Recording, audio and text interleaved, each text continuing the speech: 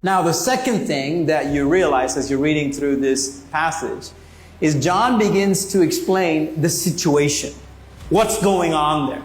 And basically, the situation that John is explaining is similar to misery loves company, or birds of a feather flock together. Meaning, what John was saying is, this pool of Bethesda, what had happened was, there was a multitude of sick people.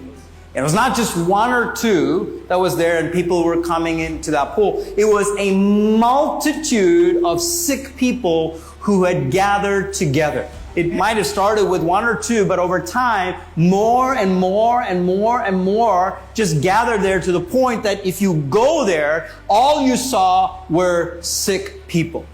And people, the Bible says, who were crippled, who were blind, who could not function. They had some sort of infirmity that would then qualify them to be in that place. Now, how many of you agree it's kind of depressing to be in a place where you're surrounded by sickness and death? Yeah? It's not an encouraging place. It's not a conducive place. It's not a place where you walk in and say, oh, I feel so relaxed and so peaceful. No, wherever you see people suffering. You see people who are like you in a place of hopelessness. They are not able to see hope for their situation.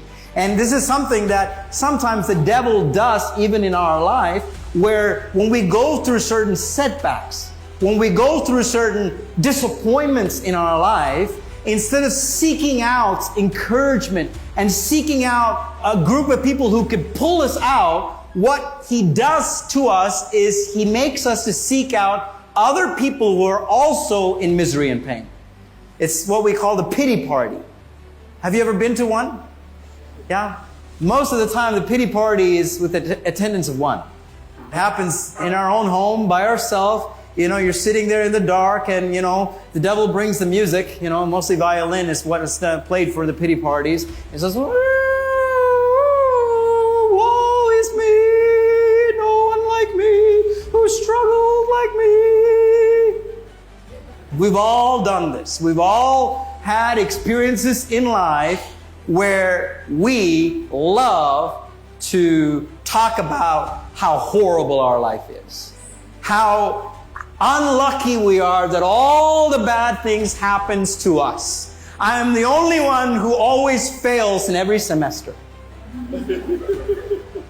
There's no correlation to me studying or not studying. It's just me. I fail in the semester. I'm the only one who never gets the job. I'm the only one who never able to repay my loan. And this place of misery that the devil brings us to, I don't know how this man that we're about to see got there, but at some point in time, because the Bible does not say he was there for 38 years. All it says was he had infirmity for 38 years, meaning at some point in time when he became sick, he started to slowly gravitate from one disappointment to another disappointment to another disappointment, where finally he finds himself in a place of hopelessness.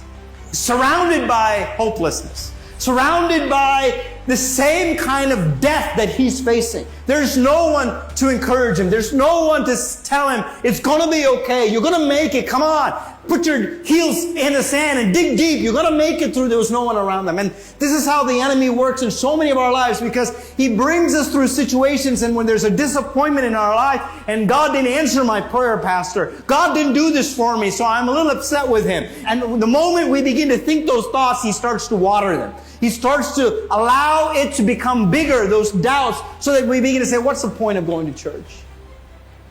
What's the point of me praying? What's the point of me asking God anything? He'll never do it. He won't do it for me. So the more we allow this misery to take hold of us, the more the enemy separates us from the possibility of receiving encouragement, the possibility of receiving strength, and puts us in a place of misery, puts us in a place of sickness.